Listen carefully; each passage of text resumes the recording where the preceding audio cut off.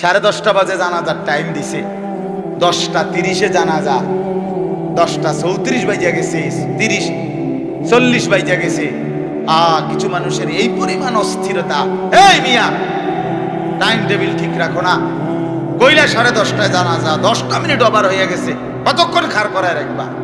মানে উনি ব্যস্ত, ওনার এই 10 মিনিট সময় নাই। আল্লাহর কসম বন্ধু, এই মানুষটাও এরকম ব্যস্তই ছিল।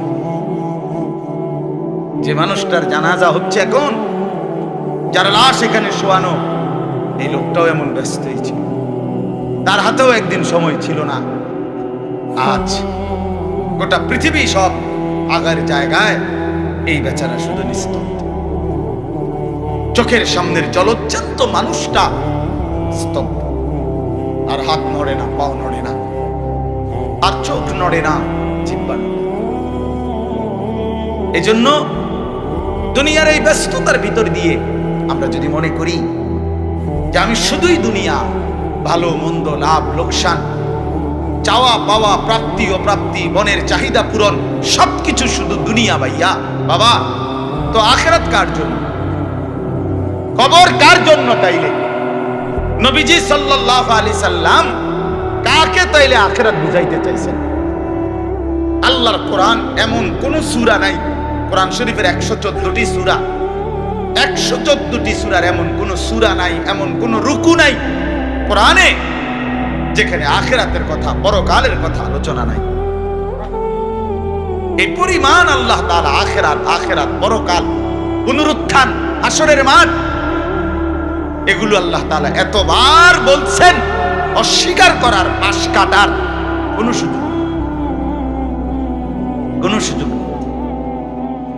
কোরআন শরীফে আছে সূরা মুলকের মধ্যে, জাহান্নামী যখন চিৎকার করবে, জাহান্নামের ফেরেশতারা তখন বলবে, আলাম ইয়াতিকুম নাদির, এই নাফরমান, তোমারে কি কেউ কোনোদিন জাহান্নামের ভয় দেখায় নাই? ক্বালু বালা, সে বলবে, হ্যাঁ, কাদ জাআনা নাদির, আমার কাছে বহু ভয় প্রদর্শনকারী বান্দা এসেছিল। কত ইমাম, কত খতিব, কত আলেম, কত ওয়াইজ, কত বক্তা, কত পীর, কত মাশায়েখ, কত আউলিয়া, কত বুজুর্গ চোখের পানি ফেলে ফেলে বারবার আমার এই জাহান্নামের কথা বলছিল, কিন্তু ফাকাদ্দাবনা, আমি মিথ্যা মনে করেছি। ওয়াকুলনা মা নাযালাল্লাহু মিন শাই, আমি আরো বলছি এগুলো আল্লাহ বলে নাই, তোমরা মোল্লারা, মুন্সিরা তোমরা বানায়া বলো। হ্যাঁ, অনেক ব্যর্থমিজ লোক আছে, ও হয়তো না, হুজুররা যত কয় এত না, না আমরা জানে, আমরা আগেও একবার ফিডা খাইয়া আইছে, আমরা একবার ঘুরে আইছে হাসরের মাঠ, ওটা জানে যত কয় এত না।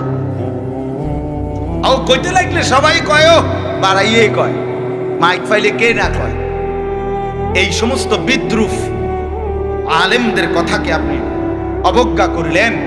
আসলে তো আলেমদের কথা না, কথা যদি হুজুরের কথা হইতো তাইলে না হয় আপনি ফেলে দিতেন, কিন্তু জবানে না হুজুরের কথা, তো সরাসরি আল্লাহ, কথা তো রাসূলুল্লাহর, আল্লাহর, তো সে কথা প্রত্যাখ্যান করলেন কেন? আপনি আমার কথা, আমার ব্যক্তিগত যদি কথা হয় সেটা ফেলে দেন, কথা বোঝেন নাই। কিন্তু উলামায়ে কেরাম আপনাদেরকে নসিহতের মাধ্যমে নিজের ব্যক্তিগত হুজুরদের কথা বলে না, কথা বলেন না কেন? কার কথা বলে? আল্লাহর কথা বলে, রাসূলুল্লাহ সাল্লাল্লাহু আলাইহি সাল্লামের কথা বলে, তো সেটা বাদ দিলেন কেন? সেটা বাদ দিবেন। আমার ব্যক্তিগত কথা তো আপনাদের ধরতে বলি নাই, আমার ব্যক্তিগত কথা বলি, আপনারা দেখি গ্রহণ করেন কিনা বলেন। মনে করেন আমি কুমিল্লা ক্যান্টনমেন্ট থাকি, ময়নামতি সাহেবের বাজার, আমার মাদ্রাসা বাসা ওইখানে। তো আমি কুমিল্লা ক্যান্টনমেন্টে একটা বড় টাওয়ার আছে, গুমতি টাওয়ার, এই গুমতি টাওয়ারের নিচে আন্ডারগ্রাউন্ডে মুদি দোকান এবং তরি তরকারির দোকান। আমি প্রত্যেক দিন ওইখানে তরি তরকারি এবং মুদি যত মাল, এই যে পেঁয়াজ, রসুন, আদা, তেল এগুলো এবং মাছ তরকারি, এগুলো ওই গুমতি টাওয়ার থেকেই সবসময় কিনি। আপনারাও সবাই নিয়ত করেন, ইনশাআল্লাহ এখন থেকে সবাই কুমিল্লা ক্যান্টনমেন্ট গুমতি টাওয়ার থেকেই তরকারি এবং চাল, ডাল, তেল কিনবেন, বলেন ইনশাআল্লাহ। কথা বলেন না তো। তা আপনি কি বলবেন? কি কি হুজুর আপনি পাগল হইলেন? আমি কিতাম আমার আমনের ক্যান্টারম্যান আমি কিতাম যাবো? আমাকে দেশে কি মাস্টার গাড়ির অভাব পড়ছে নি? ঠিক কিনা বলেন না কেন?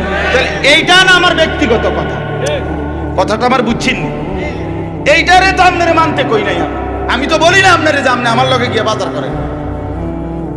তাহলে আপনি যে বললেন হুজুর এরকম কয়, হুজুরার সব কথা ধরলে চলন যাইতো না বর্তমান জমানায়। আপনারা তো আমার একটা কথাও ধরতে বলি নাই, আপনাকে বলছি আল্লাহর কথা না ধরতে। আপনাকে তো বলেছি ভাইয়া রাসূলুল্লাহ সাল্লাল্লাহু আলাইহি ওয়াসাল্লামের কথা ধরতেন। আল্লাহর কথা ফিরায় দেয় কেমনে? নবীর কথা ফিরায় দেয় বলেন বাবা।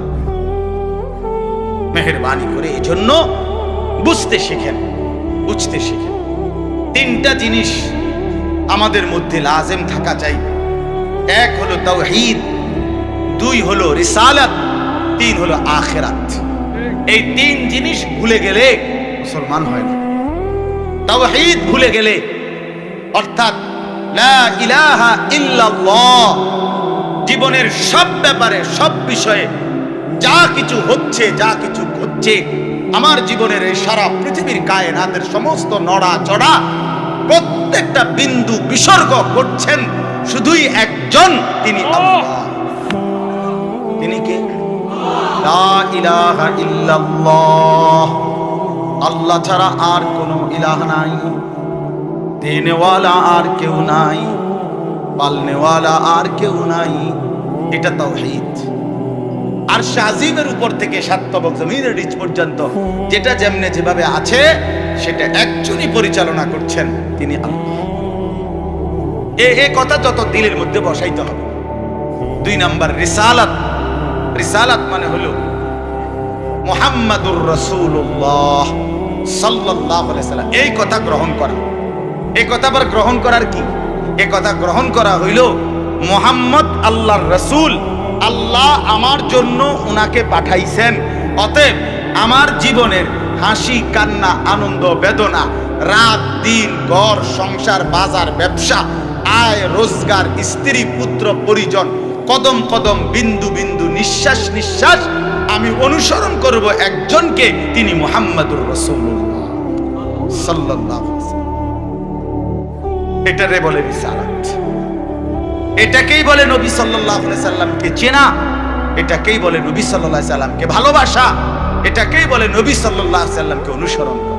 আমার ভাইয়া, আল্লাহর দোয়াই আপনি আপনার জায়গাতেই থাকেন, আপনি আপনার তরিকাতেই থাকেন, আপনি আপনার পীরের কাছেই থাকেন, যে যেখানে আছেন থাকেন, কোনো অসুবিধা নাই। শুধু নিজেরে ধোঁকা দিয়েন না, ধোঁকা খাইয়েনও না, কাউরে ধোঁকা দিয়েনও না।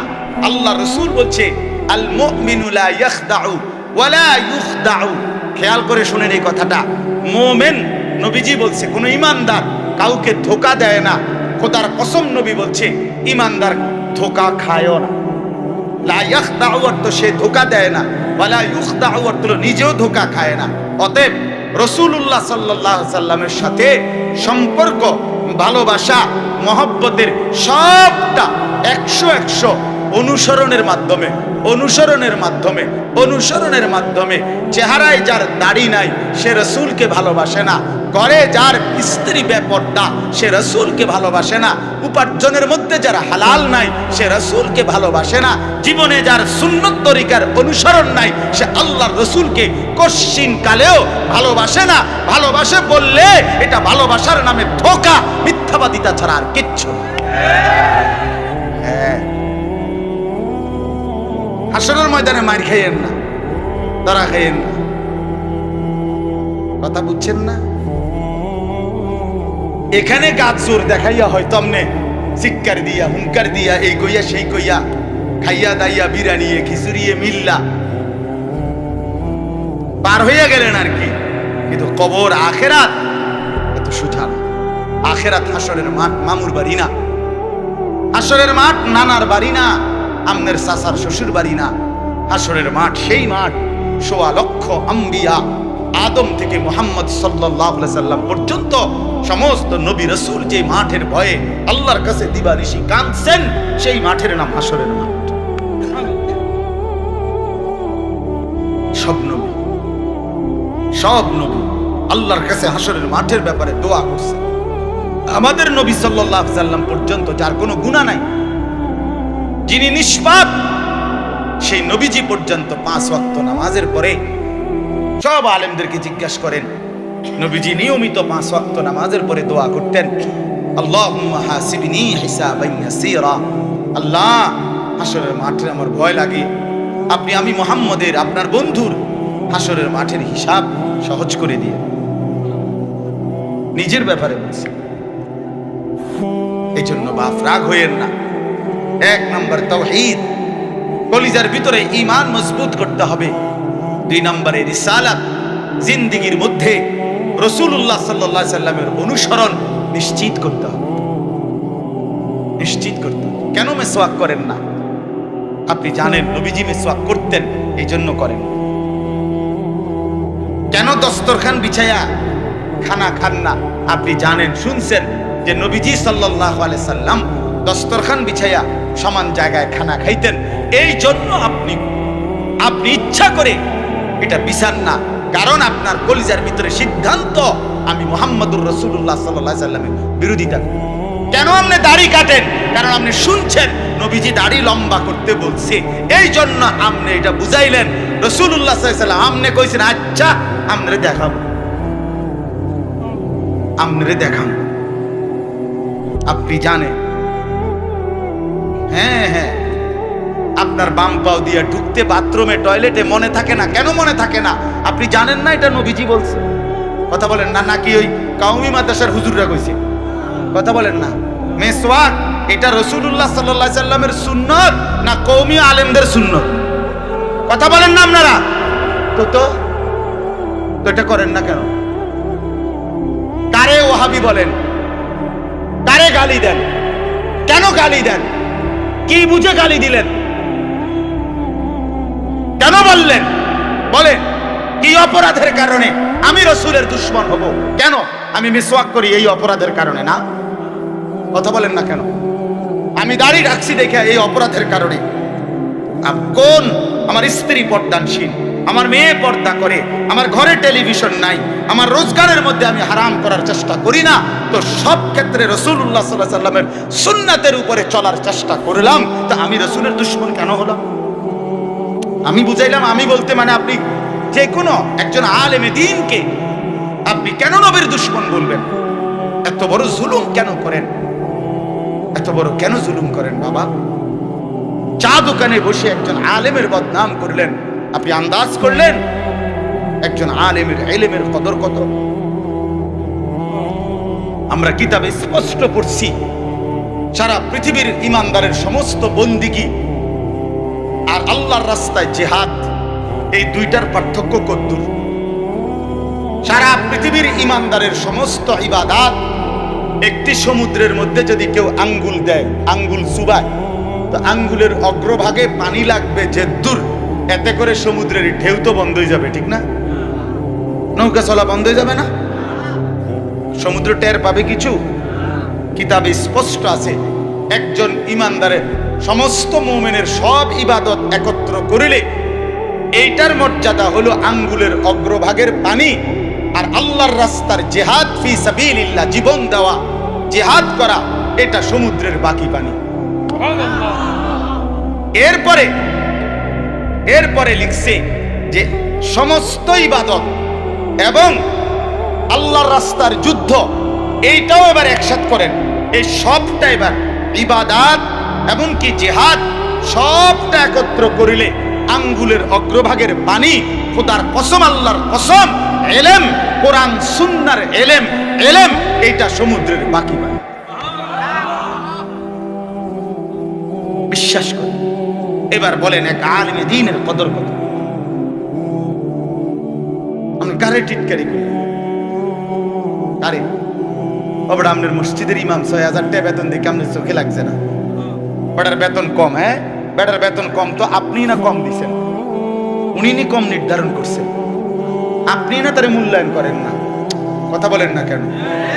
আমাদের সমস্ত একটা স্পষ্ট কথা খেয়াল করেন, যদি এক সমস্ত মুসলমানের টার্গেট হইতো যে আমি প্রত্যেক বিষয়ে আল্লাহর কোরআন রসুলের সুন্নাত মোতাবেক চলবো, তাইলে এই পৃথিবীতে মসজিদের ইমামের চাইতে ব্যস্ত জিন্দিগি আর কেউ পালন করার কথা ছিল না। কেন? ওই মহল্লার সমস্ত মানুষের ঈমান, ইসলাম, আখিরাতের সমস্ত দিক নির্দেশনা সারাক্ষণ উনাকে দিতে হইতো।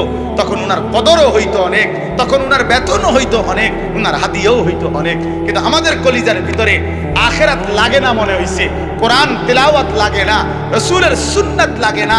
মেয়ের বিয়েটার মধ্যে নবীর সুন্নাত কি এটা জানার দরকার নাই, ছেলের বিয়েটার মধ্যে নবীর সুন্নাত কি এটা জানার দরকার নাই। ওই হদ্দার মাতব্বর মিল্লা তারা ঠিক করছে বিয়েটার মধ্যে চেয়ার হইব 200, টেবিল হইব মোট 30টা, গেট হইব একটা 70,000 টাকা দামের গেট, হাইয়েস্ট গাড়ি যাব 60টা, প্রত্যেকটার মধ্যে বেড়া বেড়ি মিল্লা বইব 14 জন, তো 5টার মধ্যে 5 14 70 জন। এরপরে দিয়া গেটে দিব 2000, বাজে খরচ হইল 3000, এই হইলো 5000। এগুলো হইলো হিসাব। আর হুজুরের আইয়া কয়ে গেছে রবিবারে মাইয়াগার বিয়া, দুপুরে দুগা ভাত খেয়ে যায়। বুঝেন নাই? কিন্তু যদি সে জানতো যে রাসূলুল্লাহ সাল্লাল্লাহু আলাইহি সাল্লামের 4টা মেয়ে নবী বিয়ে দিছেন, আমি সেভাবে রাসূলের মেয়ে যেভাবে বিয়ে দিছেন আমি আমার কন্যাকে সেভাবে বিয়ে দেব, তাইলে তো ইমাম সাহেবের কাছে উনি আগে আসতো। ঠিক কিনা বলেন? ওই যে ওনার তো এটা দরকার নেই। কি আপনার বাড়িতে 3 দিন ধরে ডেক সেট বাজে, হ্যাঁ হুজুর আসলে কিতা করব, শরম দিয়ে না, ফুলাইনে আউশ করছে, ফুলাইনে সব করছে। হায় রে আল্লাহ, হায় মুসলমান, এইভাবে রাসূলুল্লাহ সাল্লাল্লাহু আলাইহি সাল্লামের হুকুমকে, সুন্নাতকে গলা টিপে হত্যা করলেন। নবীজি নিজে বলছে না, আপনারা কতবার শুনছেন, নবীজি বলছে বিয়ে আমি রাসূলের সুন্নাত, বলছে কিনা বলেন? আবার বলেন বলছে কিনা? তাহলে যার সুন্নাত তার মতো হইতে হবে না? তো রাসূলুল্লাহ সাল্লাল্লাহু আলাইহি সাল্লামের সুন্নাত বিয়ে, তো বিয়ে নবীজি সাল্লাল্লাহু আলাইহি সাল্লাম বিয়ের মধ্যে গায়ে হলুদ, ডেক সেট, এই লম্বা গেট আর গাড়ির মধ্যে ফুল, এই সব। আমি অনেক সময় অনেকেরই জিজ্ঞাসা করছি যে ভাই বিয়ে কার, বিয়ে কার? বলছে ওনার। আমি কই ফুলটা লাগাইছেন কার? বিয়ে তো প্রাইভেট কারে করানো উচিত। বেকুব যদি পুরা তার সিরা হয়, এই মাতাল হওয়ার কারণে একমাত্র তার সিরা দেখা প্রাইভেট কারের মধ্যে কি লাগাইছে। কিরে বেটা বিয়ে হইলো, এইতে ফুল লাগাইলো কোথায়? প্রাইভেট কারে। পাগল কারে কয়? এই পাগলের বাতরাম দেখে। বলেন আপনারা চাচা, আপনারা বলেন এটা বিবেক নিয়ে কথা। কি বিয়ে করে এতে ফুল লাগায় প্রাইভেট কারের? বলদ নি আমনে, এর থেকে বড় বলদ আর কি? আস্তাগফিরুল্লাহ, কি পরিমাণ বোকা আমরা। 10,000 টাকা কোথায় লাগাইলেন? 10,000 টাকা এই ফুলগুলো লাগাইতে গিয়ে 5,000 টাকা, 7,000 টাকা, 10,000 টাকা কোথায় দিলেন? 10,000 টাকা পেলে একজন এতিম সন্তান 1 বছর পড়ালেখা করতে পারত। 10,000 টাকা পেলে একজন বিধবা নারী হয়তো তার 2 মাসের চাল ডাল কিনতে পারত। আর আপনি বিয়ের গাড়িটা সাজায় নিয়ে গেলেন,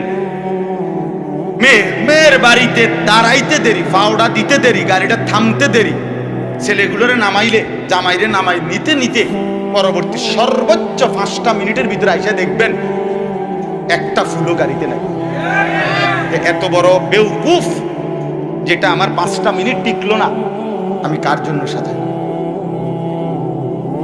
কার জন্য সাজাই? এজন্য বাবা 1 নাম্বার বললাম আল্লাহর প্রতি তাওহীদ, আর 2 নাম্বার হলো পুরা জিন্দেগি রাসূলুল্লাহ সাল্লাল্লাহু আলাইহি সাল্লামকে অনুসরণ করা। 3 নাম্বার হলো আখিরাত। সবকিছুর ক্ষেত্রে ফিকির করবেন। আপনি আমি সবাই মৃত্যুর মাধ্যমে আখিরাতের দিকে যেতে হবে। কিসের দিকে? হ্যাঁ, মৃত্যু মানে শেষ না, মৃত্যু মানে সমাপ্তি না, মৃত্যু মানে শেষ না বাবা। মৃত্যু মানে আখিরাত, পরকালের জিন্দেগি, পরবর্তী অধ্যায়, নতুন অধ্যায়ের শুরু, নতুন অধ্যায়ের শুরু। এই জন্য আখিরাতকে ভুললে জীবনের কোনো অর্থ থাকে না। আখিরাতকে ভুললে মানুষ আর মানুষ থাকে না। বিশ্বাস করেন, পরকালের অনুভূতি যার নাই, কবরের অনুভূতি যার নাই, হাসরের ময়দানের বিবেক যার নাই, আল্লাহর কসম ওই ব্যক্তির জীবনের কোনো নিয়ন্ত্রণ নাই। সে যা ইচ্ছা তাই করে, জন্তু জানোয়ার যা করে। সমস্ত মানুষ যারা অপরাধ থেকে বেঁচে থাকে এবং পুণ্য কর্ম উত্তম কাজে লেগে থাকে, তার একটা মূল ফিকির তার কলিজার ভিতরে এটা আছে, আমি গুনাহ থেকে বাঁচতে হবে, আমি নেক কাজ করতে হবে। কেন? আমাকে আখিরাতে যেতে হবে। কথা বলেন না কেন? যে গুনাহ থেকে বাঁচে, কেন বাঁচে? আখিরাত আছে। যে নেক কাজ করে, কেন করে? আখিরাত আছে, আখিরাত আছে। এই জন্য এই তিন জিনিস শেখা দরকার, কলিজার মধ্যে আনা দরকার। তাওহীদ, রিসালাত, আখিরাত। বলেন কি? তাওহীদ মানে লা ইলাহা ইল্লাল্লাহ। বলেন। রিসালাত মানে মুহাম্মাদুর রাসূলুল্লাহ। আর আখিরাত মানে পরকাল। এখন আসেন শেষ অংশে। আখিরাতের এই পুরা আখিরাতের পরকালের জিন্দেগিটার উদ্বোধন, শুরু মৃত্যু। মৃত্যুর মাধ্যমেই শুরু হয়। এই আমি শুধু যে আয়াতটুকু পড়ছি আপনাদেরকে শুধু তর্জমা শুনেন। আল্লাহ তাআলা বলেন, দুনিয়ার জীবনে, এই অল্প একটু আর দুনিয়ার জীবনে যেই মানুষটা আল্লাহর নাফরমানি, অবাধ্যতা, রাসূলের বিরোধিতা, কোরআন সুন্নাহর বিরোধিতা, আল্লাহর হুকুমের বিরোধিতা করে কাফের, মুশরিক, বেঈমান, নাফরমান, পাপী হয়ে জিন্দেগিটা কাটাইছে, আল্লাহ তাআলা বলেন তার আখিরাত যে কঠিন হবে এটার প্রথম প্রমাণ হলো তার মৃত্যুর মুখে গিয়া আজরাইল, মালাকুল মউত যখন আসবে, আল্লাহর কসম আল্লাহ বলেন তার মৃত্যুর যন্ত্রণাটা হবে অত্যন্ত ভয়ানক। এটা দিয়েই শুরু হবে। সে মালাকুল মউত আজরাইলকে দেখেই আর তার রুহু কবচ দেখেই সে বুঝে ফেলবে তার পরবর্তী স্টেজ বড় বিপজ্জনক, তার সামনের জিন্দেগি বড় বিপজ্জনক। আল্লাহ তাআলা বলেন সমস্ত নাফরমান ব্যক্তির জান কবজের মুহূর্তটা খুব বেশি যন্ত্রণাদায়ক, খুব বেশি যন্ত্রণাদায়ক, খুব বেশি। এই যন্ত্রণার সিস্টেম হইল, নবীজি বলছেন প্রত্যেক নাফরমান পাপী, হাদিসের মধ্যে আছে নেককার ব্যক্তি ফেরেশতা আজরাইল অত্যন্ত সুন্দর আকৃতিতে নেককার ব্যক্তির কাছে আইসা তার রুহু কবজের সময় বলবে, হে পবিত্র আত্মা, আল্লাহর সন্তুষ্টি নিয়ে তুমি বের হয়ে আসো। আল্লাহ রাসূল সাল্লাল্লাহু আলাইহি সাল্লাম বলেন কোন পাত্র থেকে পানি যেভাবে ঢেলে দেয়, এটা যেরকম আরামসে পড়ে যায়, বের হয়, আল্লাহর কসম নবীজি বলেন নেককার ব্যক্তির রূহুটা মালাকুল মউত আজরাইলের হাতে এরকম আরামসে চলে আসবে।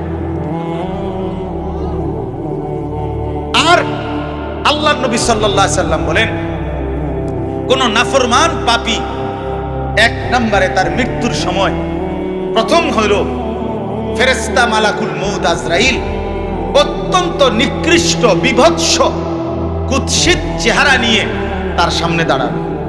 আমার কাছে আরবি কিতাব আছে, ইমাম কুরতুবির কিতাব আত-তাযকিরা, এই কিতাবের মধ্যে আছে ইব্রাহিম আলাইহিস সালাম একবার আজরাইলকে বলছিল, আজরাইল কোন নাফরমান পাপী ব্যক্তির যে সময় জান কবজ করো তখন তুমি যেই চেহারা নিয়ে তার সামনে দাঁড়াও ওইটা আমার একটু দেখাও। কিতাবে আছে আজরাইল বলছে ইব্রাহিম আলাইহিস সালামকে যে আল্লাহর কসম আপনি সহ্য করতে পারতেন না।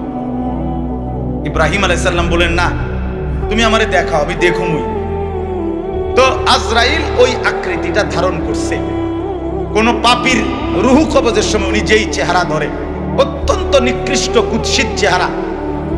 তো কিতাবে স্পষ্ট আছে, ইমাম কুরতুবী বলেন ইব্রাহিম আলাইহিস সালাম চিৎকার দিয়া বেহুশ হয়ে গেছে। লম্বা সময় পরে হুঁশ আসার পরে উনি চোখের পানি ফেলে আল্লাহকে বলছে, আল্লাহ তোমার কোন নাফরমান বান্দা পরবর্তীতে কবরের আযাব, হাসরের আযাব, জাহান্নামের আযাব আর কিছুই লাগবে না, শুধু কেবল আজরাইলের এই বিভৎস চেহারার যদি একবার দেখে তার 60 বছরের নাফরমানির শাস্তির জন্য এটাই যথেষ্ট। এটাই যথেষ্ট। আল্লাহ নবী সাল্লাল্লাহু আলাইহি সাল্লাম বলেছেন, কোরআনে আল্লাহ বলছেন, এই মালাকুল মউত আজরাইল যখন কোন পাপী নাফরমানের জান কবজ করতে আসবে, তো প্রথম এই কলিজাটার ভেতর থেকে যে রূহ আছে, এই কলজার ভিতরে, কলবের ভিতরে যে রূহ, এই রূহটা ধরে টান মারবে যখন, একটা টানে কলিজাটা ছিঁড়া, রূহটা ছিঁড়া এই কণ্ঠনালী পর্যন্ত চলে আসবে। কাল্লা ইযা বালাগাতিত তারাকিয়া, কাল্লা ইযা বালাগাতিত তারাকিয়া। আর কিছুই না বান্দা, শোনো, যখন নাফরমান তোমার জান কবজের সময় রূহটা চলে আসবে কণ্ঠনালীতে, এবার রূহটা বের হতে চাইবে না, বের হতে চাইবে না, নাফরমান ছটফট করবে। আর ফেরেশতা আজরাইল, ফেরেশতা ছিঁড়া বিরা কোন জিনিসকে, কোন ধারালো লোহা, শিক, এটা যদি আগুনের মধ্যে, আপনার আগুনে পুরানো জিনিসের মধ্যে টান দেয়, তাহলে যেরকম ছিঁড়া বিরা আসে, আল্লাহর কসম, আল্লাহ রাসূল বলছে, আজরাইল যখন রূহ ধরে আবার টান মারবে, তো সমস্ত তোর শরীর ছিন্ন ভিন্ন করে এই রূহ বের করে। ওয়াকিলা মান রাক, আল্লাহ বলে আশপাশের মানুষগুলো তখন বলবে, ওই লোকের ছটফটানি দেখা, হায়, তাকে বাঁচাবার জন্য কোন ওজা ডাকো, বৈদ্য ডাকো, ডাক্তার ডাকো, কবিরাজ ডাকো, কে আছো তাকে চিকিৎসা করবে, ডাকো না, আনো না, কত ভীষণ ছটফট করছে। আল্লাহ বলেন, ওয়ান্না আন্নাহুল ফিরাক, কিন্তু ওই নাফরমান বুঝে ফেলবে আজ আর তাকে কেউ ফিরাইতে পারবে না, তাকে দুনিয়া থেকে বিচ্ছিন্ন হতেই হবে, তাকে চলে যেতেই হবে। বন্ধু আমার, বাপ আমার, একটা জরুরি কথা আপনারা বয়স্ক লোকেদেরকে বলি। রাসূলুল্লাহ সাল্লাল্লাহু আলাইহি সাল্লাম বলেছেন, আমার এই কথাটা খেয়াল করেন, নবীজি বলছেন, ইন্নাল্লাহা ইয়াকবালু তাওবাতাল আবদ মা লাম ইউগাররির। বান্দা যখন আজরাইলকে দেখে, তখন তার রূহে, তার শরীরের মধ্যে আরে গড়গড়া শুরু হয়, মৃত্যুর গড়গড়া শুরু হয়। আল্লাহ রাসূল বলছেন, তখন আর আল্লাহ তাআলা কারো কোনো তওবা কবুল করে, তওবা কবুল করে। ওয়ালাইসাতিত তাওবাতু লিল্লাযিনা ইয়ামালুনা আস-সাইয়্যাত হাত্তা ইযা জাআ আহাদাহুমুল মাউত ক্বালা ইন্নী তুবতুল আন। আল্লাহ বলেন, যে মৃত্যু পর্যন্ত নাফরমানি করে গেছে, যখন মৃত্যুর মুখে আজরাইল আসছে, এখন বলতেছে, আল্লাহ আমি তওবা করলাম। আল্লাহ বলেন, ওয়ালাইসাতিত তাওবা, এমন তওবা আমি আল্লাহ গ্রহণ করব না।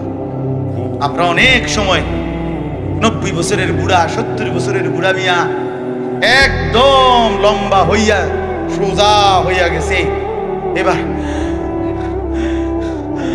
একদম টাইনতে আছে লম্বা কইরা, এই সময়ে গিয়া 200 টাকা হাদিয়া দিয়া হুজুর আনছে, হুজুর তওবাটা ফরাইয়া দেন, আব্বারে বেহেশতটা বুঝ কইরা দেন, ধরেন এই 200 টাকা রাখেন।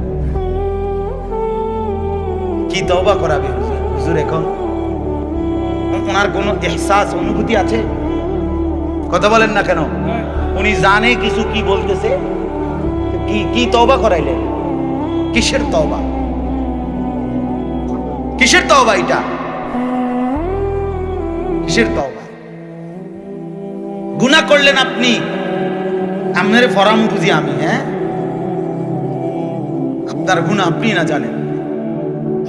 এই জন্য আল্লাহ কোরআনে বলছেন, ওয়াল্লাযীনা ইযা ফাআলু ফাহিশাতান আও যালামু আনফুসাহুম যাকারুল্লাহ। আল্লাহ বলে, বান্দা শোনো, জীবনভর যদি গুনাহ করো, নাফরমানি করো, জুলুম করো, নাফরমানি করো, কিন্তু আমার যেই বান্দা গুনাহ করবে অথবা নাফরমানি, অশ্লীলতা, বেহায়াপনা করে, আল্লাহ বলেন যদি সাথে সাথে আমি আল্লাহকে মনে করে, অতঃপর ফাস্তাগফারু লিযুনুবিহিম, আমি আল্লাহর কাছে নিজের গুনাহের জন্য মাফ চাই। ওয়া মান ইয়াগফিরুয যুনুবা ইল্লাল্লাহ, বুঝে শুনে দিল থেকে বলে, আল্লাহ আপনি মাফ না করলে মাফ করবে কে? ওয়ালাম ইউসিররু আলা মা ফাআলু ওয়া হুম ইয়ালামুন, আর আল্লাহকে বলে, আল্লাহ এই গুনাহ আমি ছেড়ে দিলাম, ওয়া হুম ইয়ালামুন, জেনে বুঝে এমন নাফরমানি আর করব না, মাফ করে দেন। খোদার কসম, আল্লাহ বলেন, বুঝে শুনে আমার বান্দা যদি গুনাহ ছেড়ে দিয়ে আর করবে না ওয়াদা দিয়ে আমি আল্লাহর কাছে চোখের পানি ফেলে মাফ চাই। এবার গুনাহ যদি আসমান পরিমাণও হয় আমি আল্লাহ ওয়াদা করলাম বিনিময়ে পুরা মাগফিরাত দিয়ে দেব। উলাইকা জাযাউহুম মাগফিরাতুম মির রাব্বিহিম, পুরা মাফ। তো শর্ত হইল বান্দা আর করবা না, ওয়াদা দিতে হবে, গুনাহগুলো ছেড়ে দিতে হবে। আমনের কলজার ভিতরে হইল আমনে কোনো সুদের দিয়া ছাড়তেন না, আমনে কোনো বিড়িখানা ছাড়তেন না, আমনে কোনো সাদওয়ানের টেলিভিশন সাউন্ড বন্ধ করতেন না, আমনে হুজুরের লগে যে ডোলেন আস্তাগফিরুল্লাহ রাব্বি, আমনে কীর্তন লরেন, আমনের পকেটে যে বিড়ি, আমনের লেগে যে সাদওয়ানের টেলিভিশন লইয়া বইয়া রইছে দোকানদার, আমনে লরেন কীর্তন, কি এর তওবা করেন কার কাছে? আল্লাহ বোঝে না? কথা বলে না? হ্যাঁ, আল্লাহ জানে না? এটারই নি কয় তওবা।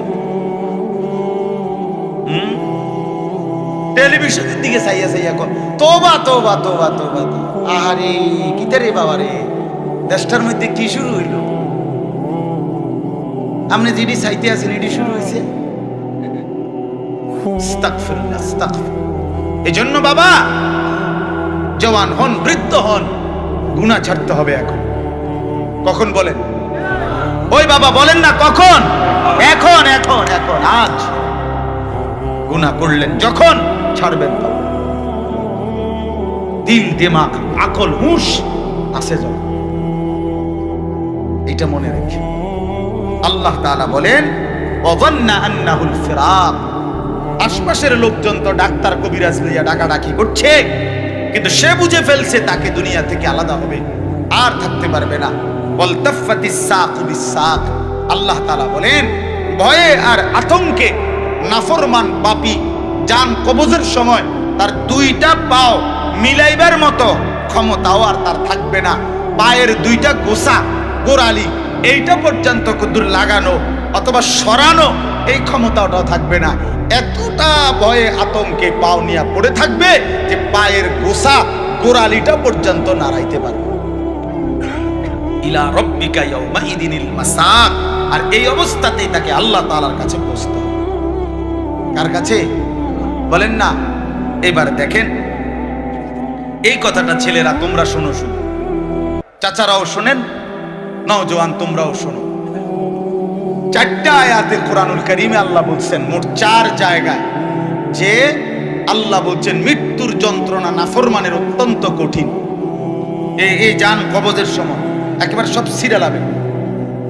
তো এইটা আল্লাহ বলছেন মৃত্যুর যন্ত্রণা সবচেয়ে বেশি কঠিন। যে মৃত্যুর রুহু কবজের এটা কার হবে, কার জান কবজের সময় যন্ত্রণা হবে কঠিন? আল্লাহ বলছেন ফালা সাদ্দাকা ওয়ালা ইলা রাব্বিকা ইয়াউমাইদিনিল মাসাক ফালা সাদ্দাকা ওয়ালা সাল্লা। কেন মৃত্যু যন্ত্রণা হচ্ছে? কেন তার রুহুটা ছিঁড়া বিড়া নিতেছে? আল্লাহ বলেন কারণ হলো আমার এই নাফরমান বান্দা 1 নম্বরে আমি আল্লাহর কথায় বিশ্বাস করে নাই, 2 নম্বরে ওয়ালা সাল্লা 5 ওয়াক্ত নামাজ আদায় করে। এই জন্য আমি আল্লাহর কসম দিয়ে হাত জোড় করে বলি, ভাইয়া আমার, বন্ধু আমার, ছেলেরা আমার, তোমরা যারা নামাজ পড়ো না, আল্লাহর কসম কবর হাসর আখিরাত মিজান তো কষ্ট হবেই, মৃত্যুর মুখে তোমাদের রুহু কবজের সময়ও ভীষণ কষ্ট, কষ্ট পাইবা। খুব বেশি দিন না। ফালা সাদ্দাকা ওয়ালা সাল্লা ওয়ালাকিন কাযাবা ওয়া তাওয়াল্লা। আল্লাহ বলেন বরং সে আমার কথা মিথ্যা মনে করেছে, আর আমি আল্লাহর হুকুম থেকে মুখ ফিরাই দিয়েছি। আমি বলি ডাকি এদিকে, সে যায় ওদিকে। আজান হয় মসজিদে, নাফরমান যায় বাজারে। মসজিদে জামাত চলে, নাফরমান চা দোকানে বসে বসে গপ মারে। হ্যাঁ, ওয়ালাকিন কাযাবা ওয়া তাওয়াল্লা। এরপরে আরো সাংঘাতিক কথা বলছে আল্লাহ, সুম্মা যাহাবা ইলা আহলিহি ইয়াতামাত্তা। আল্লাহ বলেন আমারে তো বিশ্বাস করে নাই, নামাজ পড়ে নাই, আমি আল্লাহর হুকুম থেকে মুখ ফিরায় নিছে, অথচ বউ বাচ্চা সংসারের মধ্যে গর্ব আর অহংকারের মধ্যে চলাফেরা করছে।